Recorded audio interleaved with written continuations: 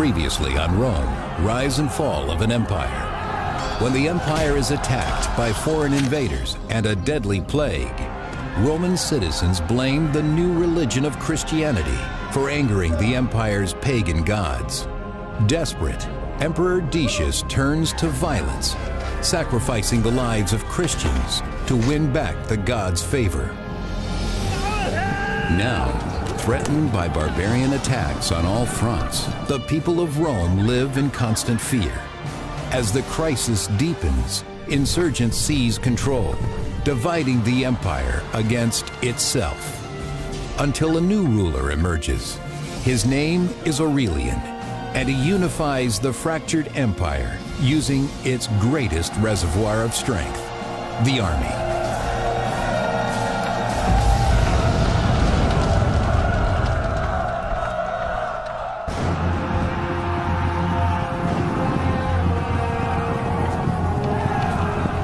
By the middle of the 3rd century, the Roman Empire is huge and relies on distant, isolated legions to protect every far-flung province.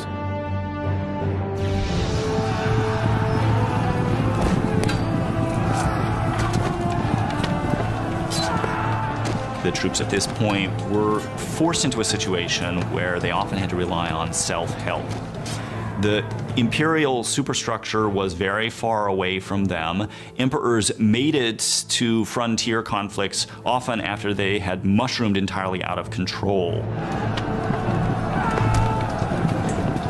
In the absence of the emperor, the soldiers sometimes take leadership matters into their own hands.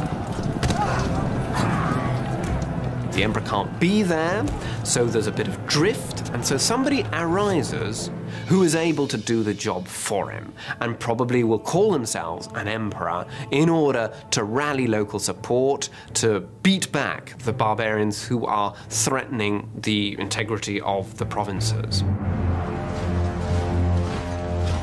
Having dared to raise their own emperors, the powerful border armies now declare independence from Rome. As these armies break away on the eastern and western frontiers, forming their own empires, Rome's northern frontier is attacked by the Alemanni barbarians in 269 AD.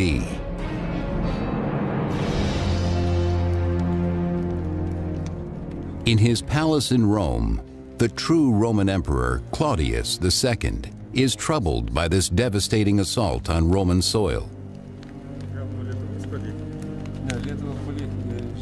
Enemies from the other side of the Alps did more than invade the Roman Empire.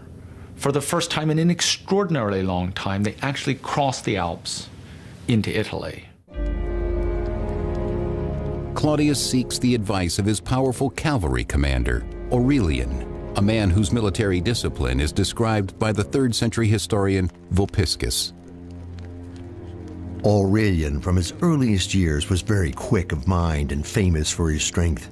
He never let a day go by without practicing the spear, the bow and arrow, and other weaponry. Aurelian's skills will soon be tested as news from the frontier worsens. Distraught refugees from northern Italy bear witness to the devastation. With this invasion, the danger of a mutiny within the army becomes even greater. If barbarian people threatened to invade, then the local people would simply proclaim emperor whoever happened to be the military commander in the region at the time. In order to keep the northern frontier from breaking away as well, Claudius must act quickly to stop the encroaching Alemanni forces.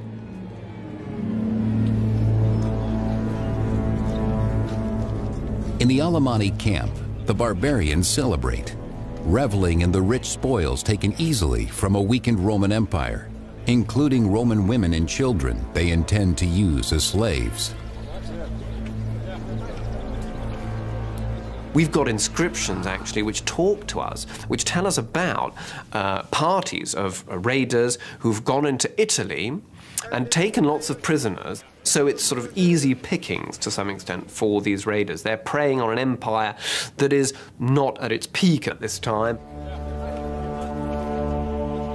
The groups of Alemanni are led by powerful chieftains who ensure their warriors' loyalty by rewarding them with slaves of Roman blood. But the barbarians' greed knows no end.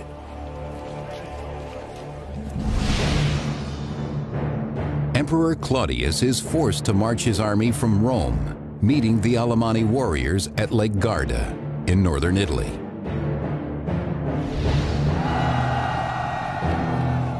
Claudius and his men face a brutal enemy, 4th century historian Ammianus Marcellinus. Rushing forward with more haste than caution, they threw themselves on our squadrons of horse with horrible grinding of teeth and more than their usual fury. Their hair streamed behind them, and a kind of madness flashed from their eyes. Emperor Claudius is also severely outnumbered, but he has a secret weapon at his side, the powerful cavalry commander Aurelian. He was known as manu ad ferrum, that is, sort of hand ready to the sword, ready to leap into action when that should be necessary. True to his name, Aurelian helps Claudius beat back the Alemanni, killing half their force and driving the rest back over the Alps. And in an effort to better secure Italy from future barbarian attacks, Emperor Claudius and Aurelian travel to the Balkans to increase the military presence there.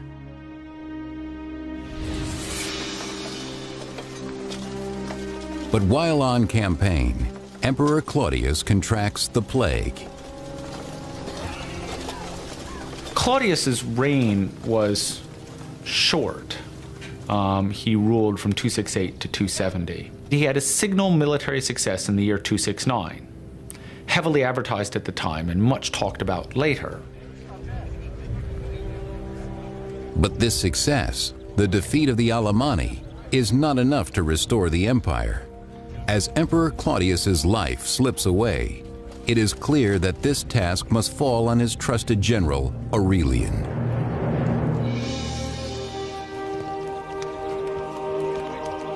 He is declared emperor by his troops. Aurelian repays them by sacrificing to the god of soldiers, Sol Invictus, the unconquered sun, a deity now emerging as the god of victory within the army.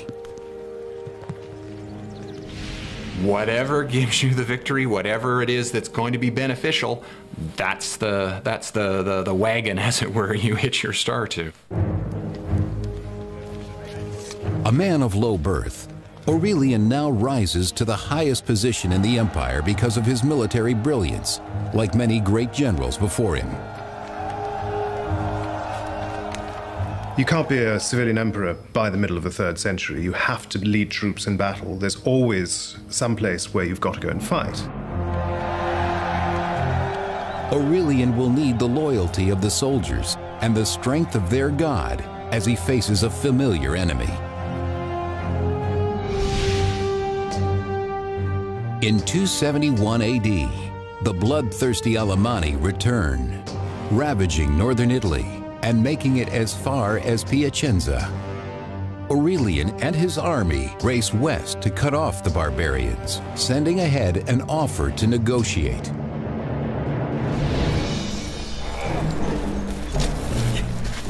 But the Alemanni have other plans.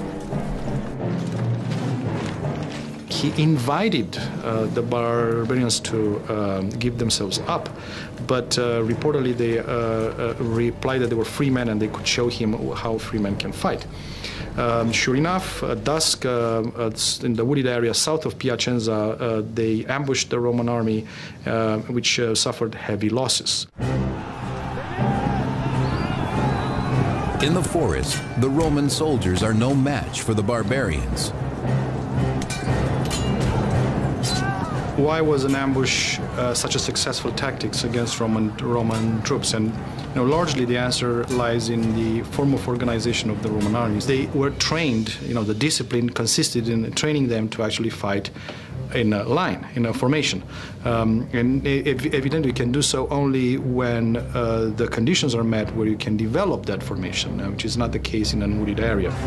Needless to say, the barbarians knew that.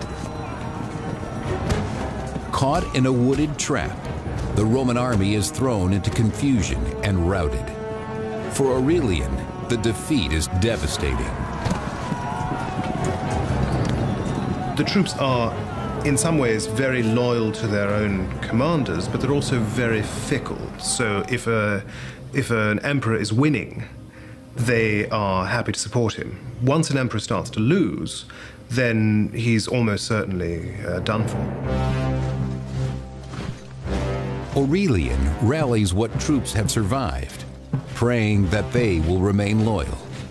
He needs them now more than ever to keep the Alemanni from reaching the city of Rome.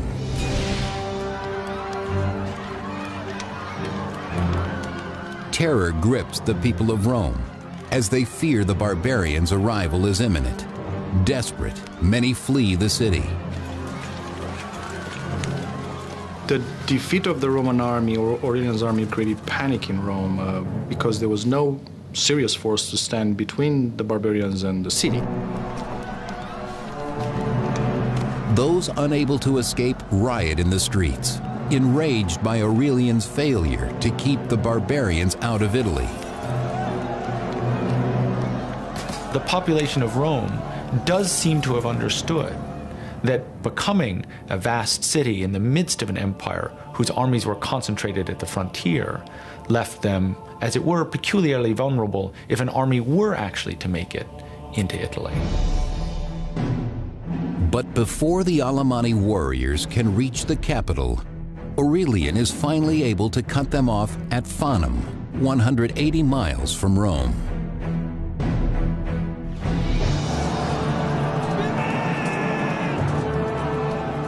After his recent defeat, Aurelian must win back his army's loyalty with nothing less than absolute victory. Emperors had always relied upon the support of the army. And emperors may have presented themselves as champions of the Republic, but the reality, the underlying reality of imperial power is it always depends upon the army. Together, Aurelian and his soldiers teach their barbarian foes a lesson in Roman discipline. They learned now that whenever there was an opportunity for the Roman army to develop in tight formation, they had no chance. Overwhelmed, many barbarian warriors die a watery death in the Metaurus River.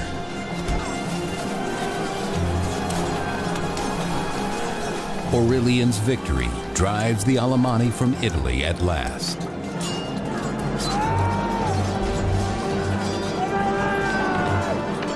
It's also regaining confidence, and no doubt his triumph served to boost morale at a time when it had been greatly shaken. But Aurelian's hard-won triumph in Italy is quickly overshadowed by news of rising conflict from the city of Palmyra on the empire's eastern frontier.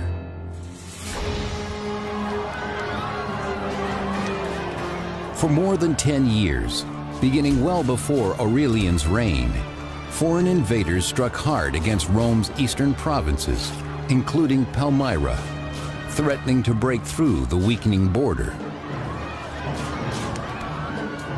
And this ongoing flow of populations, some of whom were highly militarized and used quite different tactics than the Romans were used to, caused very profound problems in the eastern provinces.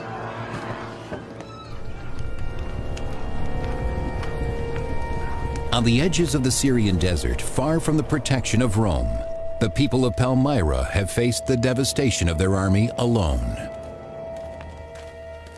These opponents, they also are taking advantage of the absence of the emperor to take over, to roll back the frontiers, which they do successfully, and to extort payments from the Romans.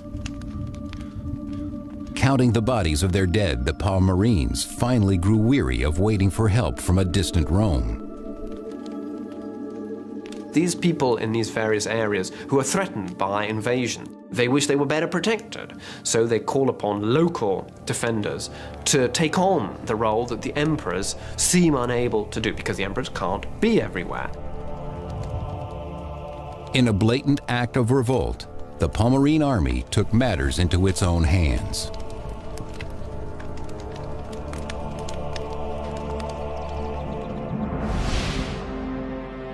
As a result, for the past decade, the eastern provinces have called themselves the Palmyrene Empire, breaking away from Rome. Now they make a direct threat against Emperor Aurelian by taking the fertile Roman land of Egypt.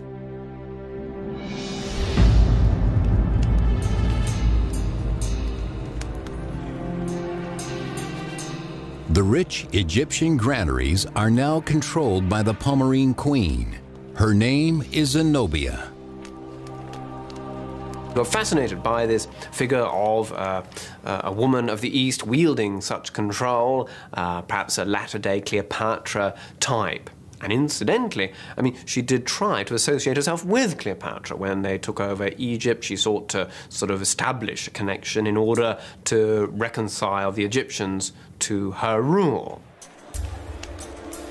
With Egypt under her thumb, Zenobia basks in her power, ordering the granaries to stop shipments of grain to Rome, cutting off one of the empire's main sources of food. Italy was, of course, the affective heart of the empire. It was where the empire began. But Africa and Egypt had long been the breadbasket of the empire. That's where the agricultural wealth was concentrated. Queen Zenobia, with her loyal general Zubdus at her side, now holds the empire's grain hostage, sending a clear message to Rome that the Palmyrenes are powerless no more.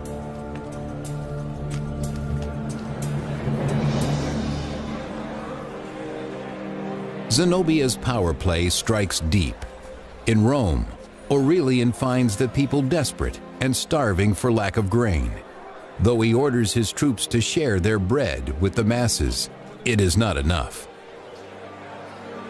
Naturally, Egypt was the granary of Rome, and therefore any interruption to the grain supplies to Rome was a huge threat to any emperor, particularly one who had already had strife to deal with in Rome. The threat of famine leaves Romans restless and angry. Having lost territory to the armies of the East and West, the empire now faces rebellion in Rome itself. Soon the Romans turn against their emperor Aurelian. The violence, by the way, that this rebellion sparked was on a level not seen since Republican times. Aurelian has no choice but to unleash his own savage warriors against the insurgents. You're fighting in Rome itself, you know, and this is civil war. This is something the Romans also fear because they know how divisive it can be and how devastating it can be. Unaccustomed to battling inside a city, Aurelian soldiers struggle. Though virtually unbeatable on open battlefield, the Roman army once again shows its weakness when tight formation cannot be maintained.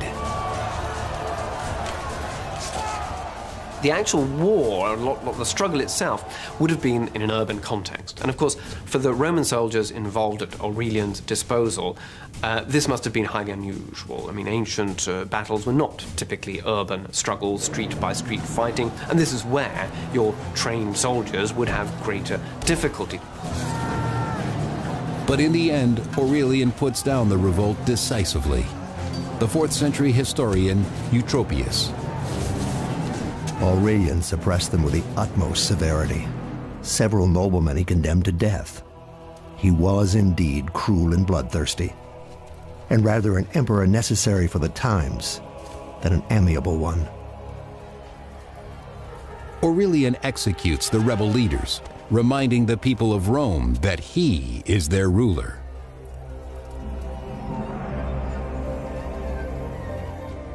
The emperor has crushed the resistance. He now rebuilds the city walls against external forces.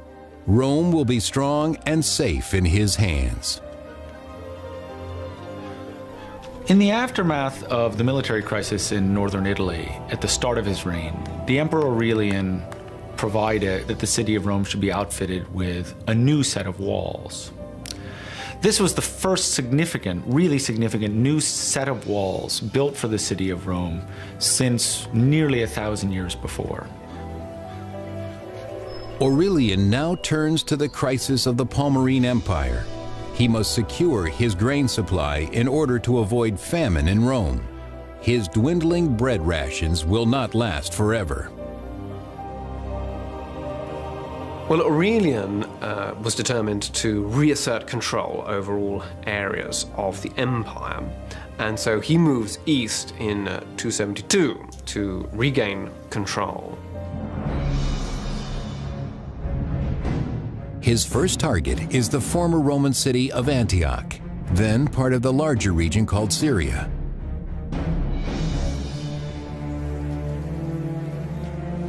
Antioch is a bustling city, invaluable to Rome as a wealthy center of trade. But now, under the control of the Palmyrene Empire, it becomes a safe haven for the fugitive queen Zenobia.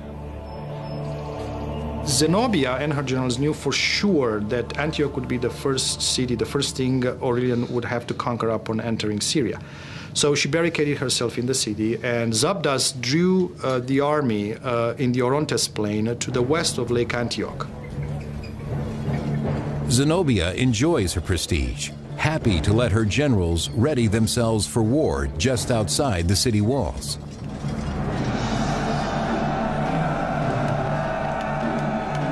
There, Zenobia's general Zabdas meets Aurelian's army on the battlefield.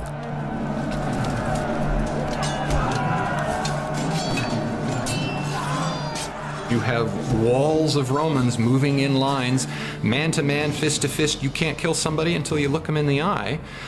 You've got arms getting cut off, hands getting cut off, damage to the neck, to the face.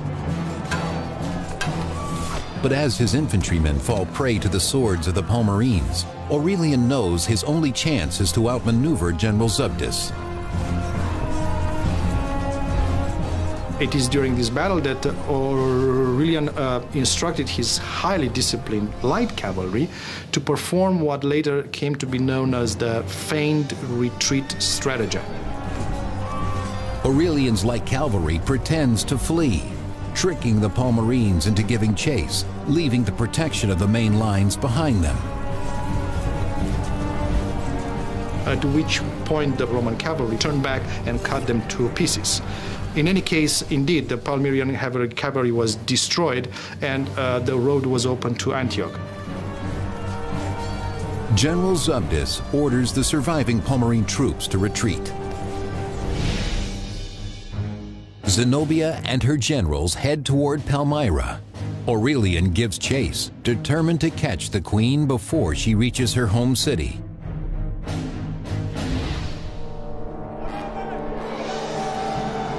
But in the Syrian desert, Aurelian faces unexpected obstacles. You have to remember this is summer. It's hot in the desert. So harassed by both the hot summer and the Arab nomads that had remained loyal to Zenobia, Aurelian and his army pursued or pushed to Palmyra. But an arrow wound delays Aurelian's pursuit, giving Zenobia time to secure herself in Palmyra. Cursing his nomad attackers, Aurelian vows to capture their queen.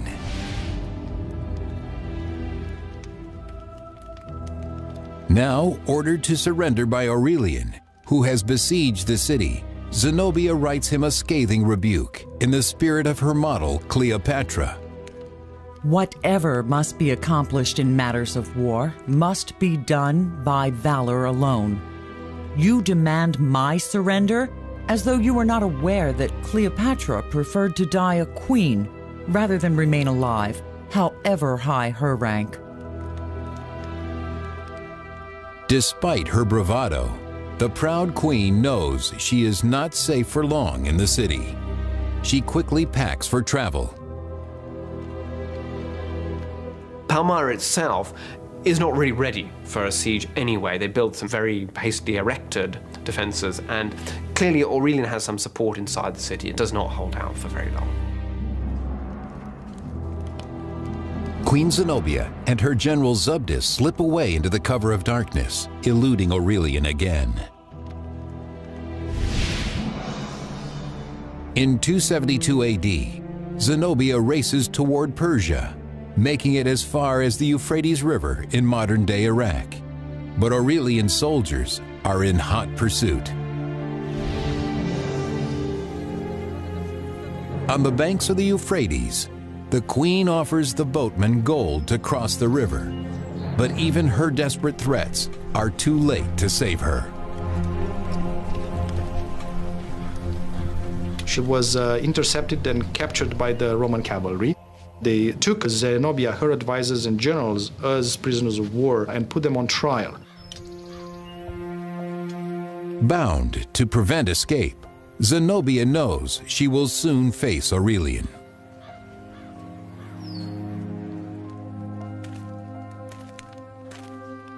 Having won back the throne of Palmyra, Aurelian finally confronts the rebel Zenobia, a woman whose boldness he can't help but admire. In his own words, "What manner of woman she is, how wise in counsels, how steadfast in plans, how firm toward the soldiers, how generous when necessity calls, and how stern when discipline demands." But facing likely execution, Zenobia's courage begins to wane. Zenobia pleaded that she had been led astray by bad advice, on which account her advisor was put to death, and so was the general Zabdas. Aurelian has a different fate in mind for the beautiful queen once they reach Rome.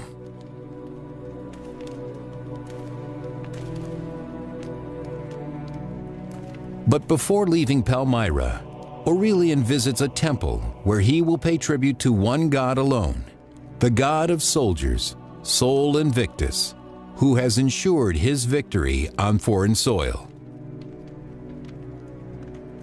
He clearly had in mind an alliance between him and the sun god that was responsible for his successes in Palmyra. He presented himself on his coins in terms of an association of the emperor to the god, Sol Invictus.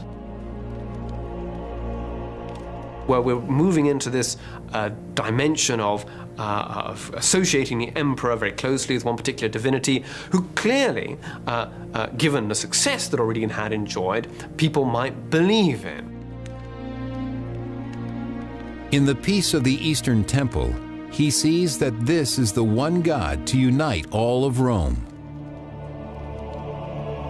He does seem to have been participating in a growing trend toward universalism, both in religion and in Roman political control. Offering his own blood as sacrifice, Aurelian promises his God a nation of worshipers.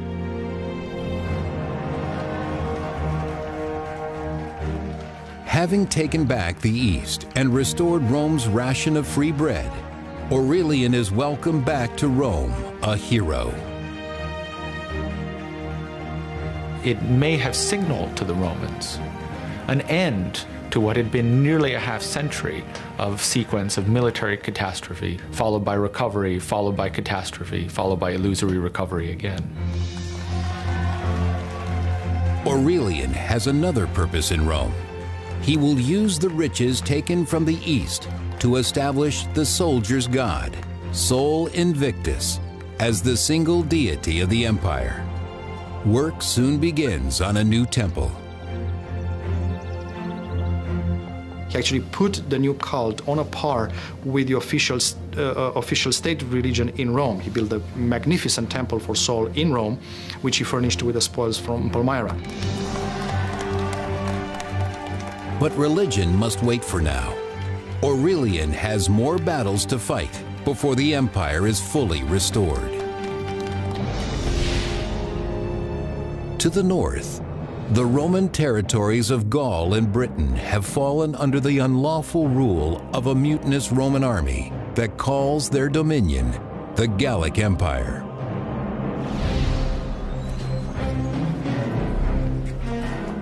Resembling their barbarian foes more every day, the Gallic soldiers scorn Roman honor, naming the arrogant Roman general Tetricus their emperor. You have armies popping up all over the place proclaiming their generals emperor, and then they have to fight, and whoever wins is the one who ends up being the legitimate emperor in the end. The separation of the Gallic Empire was, of course, frightening for Romans. It was a major loss. It was humiliating to have such a significant portion of the traditional Roman Empire in another man's hands. Emperor Aurelian quickly moves to take back the Gallic lands and restore the empire to its former glory. All that stands in his way is Tetricus and the Gallic army. In 274 AD, the mutinous Gallic Empire encompasses both Gaul and Britain.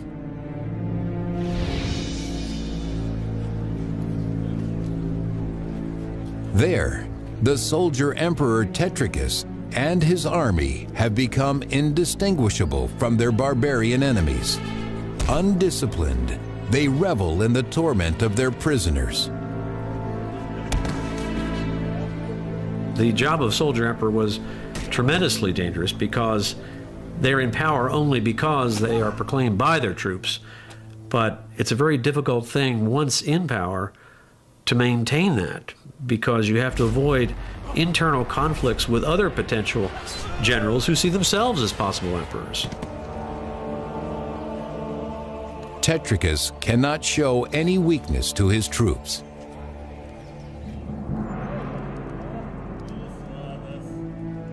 But in the privacy of his palace, Tetricus consults his advisors, trying to determine where his next rival will come from. Tetricus himself had survived over the previous several years a number of internal disputes, some actually leading to considerable bloodshed among rival leaders in the Gauls. He plans to someday leave his kingdom to his son, establishing a dynasty in his own name. But reports of a new challenger now threaten to destroy this dream. It seems to have been clear to him that in the aftermath of his success in the East, Aurelian was going to and was already marching on Gaul in an attempt to reintegrate Gaul into the Roman Empire.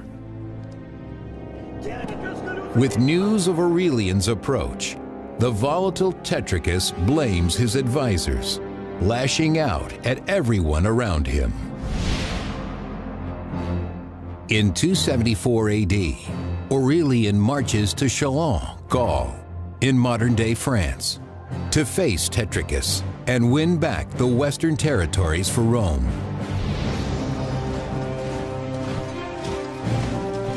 Aurelian and his men meet Tetricus in the forests of Chalons, where the fighting is fierce. Aurelian's army probably contained more cavalry than traditional imperial armies had up until now. As for Tetricus's army, well, there were still important legions along the Rhine guarding these areas. It would have been a battle between forces, much similar forces with similar equipment at their disposal, and therefore all the bloodier and more devastating for the armies involved. It is Tetricus's army that now bears the brunt of Aurelian's vengeance. Having dared to name another as their emperor, it is they who remain the greatest threat. Part of the crisis of the 3rd century is the importance that the army plays in choosing an emperor. This is something that's relatively new in the Roman world, and it's a result of constant warfare. The army becomes more powerful, it becomes more able to choose emperors, and it becomes more able to impose its own choice of emperors on Rome itself. Aurelian cannot allow this affront to his power.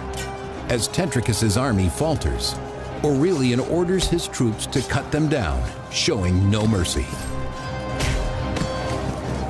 Some sources claim that Tetricus realized the game was up even before the battle, but it looks as though he did fight it out to the end, and it was, in the end, Aurelian who gained the victory.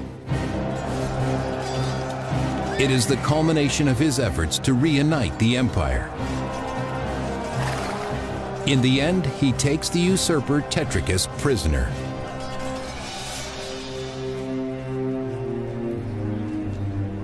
And as with Queen Zenobia of Palmyra, Emperor Aurelian spares Tetricus's life. And for Tetricus too, it was surprising that, particularly an opponent in civil war, opponents in civil wars were usually represented a great danger. They might, after all, turn against you later. So Aurelian displayed remarkable clemency in sparing the lives of both of these opponents.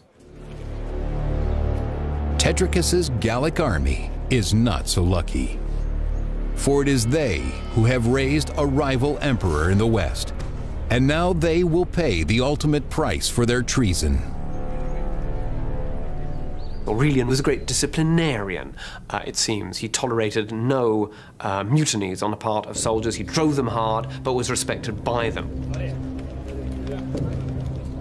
To maintain his own soldiers' respect, Aurelian knows his punishment of the captured Gallic soldiers must be brutal and complete.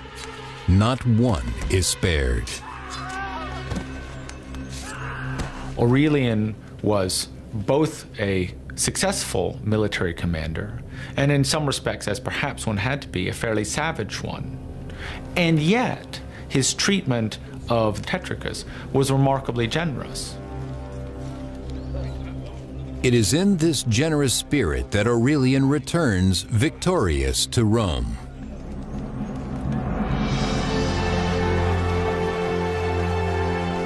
There, after 4 years of non-stop campaigning, Aurelian celebrates his reunification of the empire with a spectacular triumph parade, displaying high-ranking captives from every far-off conquest. There's all sorts of other lore that goes with this ceremony, which mark it out as distinct and in some way both as barbaric and awesome. The presence of the Emperor Aurelian in Rome and the presence of the Emperor in order to celebrate an actual military victory was a novel event for its entire generation. The defeated usurpers Zenobia and Tetricus are paraded as well, evidence of Aurelian's successes in the East and West. It was a humiliating spectacle to be paraded through Rome as a captured enemy leader. It implied, as it were, that probably you lacked the courage to have died in battle. Humiliated though they may be, Zenobia and Tetricus and the other captives are allowed to live by the generous Emperor Aurelian. He also shows his generosity to the people of Rome. Aurelian himself distributed largely the bread, the pork meat, but also, we are told, white tunics of Egyptian and African cloth. So it was clearly a very generous display of force there.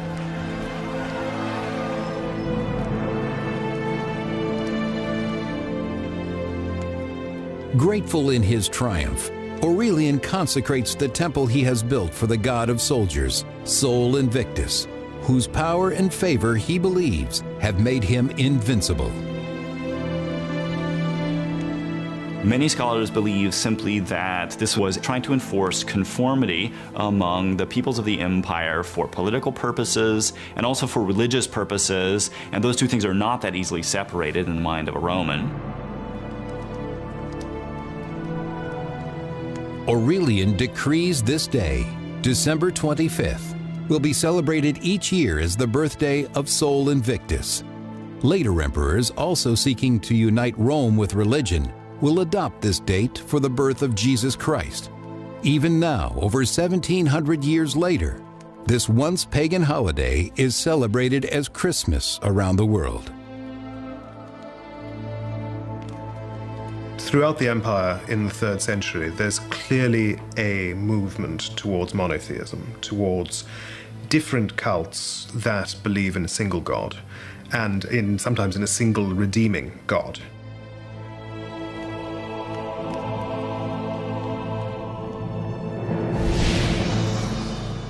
The United Roman Empire now stretches from Palmyra to Britain. But in 275 AD, barbarians again wreak havoc in the east. Aurelian marches his army to Thrace to prepare for battle.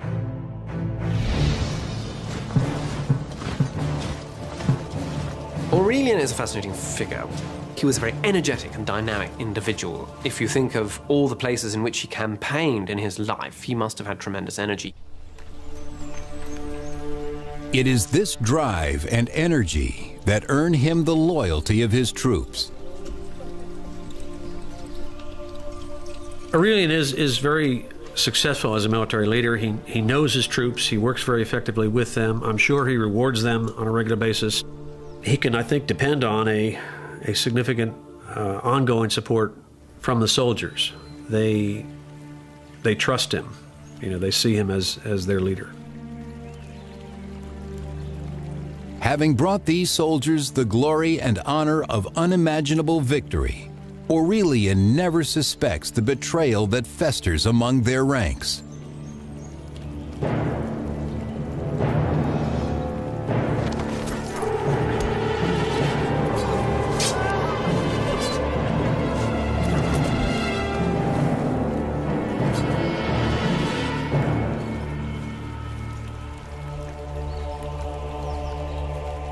The assassination of Aurelian is again one of these things that's very difficult to explain, particularly at a time when he's been so successful militarily, when the troops should feel satisfied with that success and with their rewards.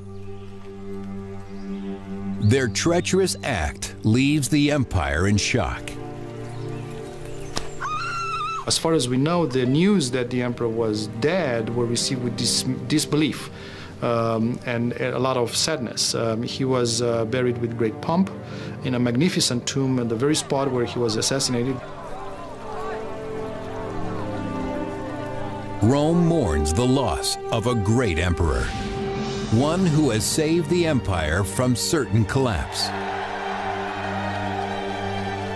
I think Aurelian's importance lies in the fact that it's the beginning of the Roman recovery, of the, as it were, the central Roman machine coming back to life, and he managed to reunite the empire, to bring it all under his central control. But in the end, not even the god of soldiers could protect him from the swords of traitors. And the empire he had worked so hard to unite fragments again.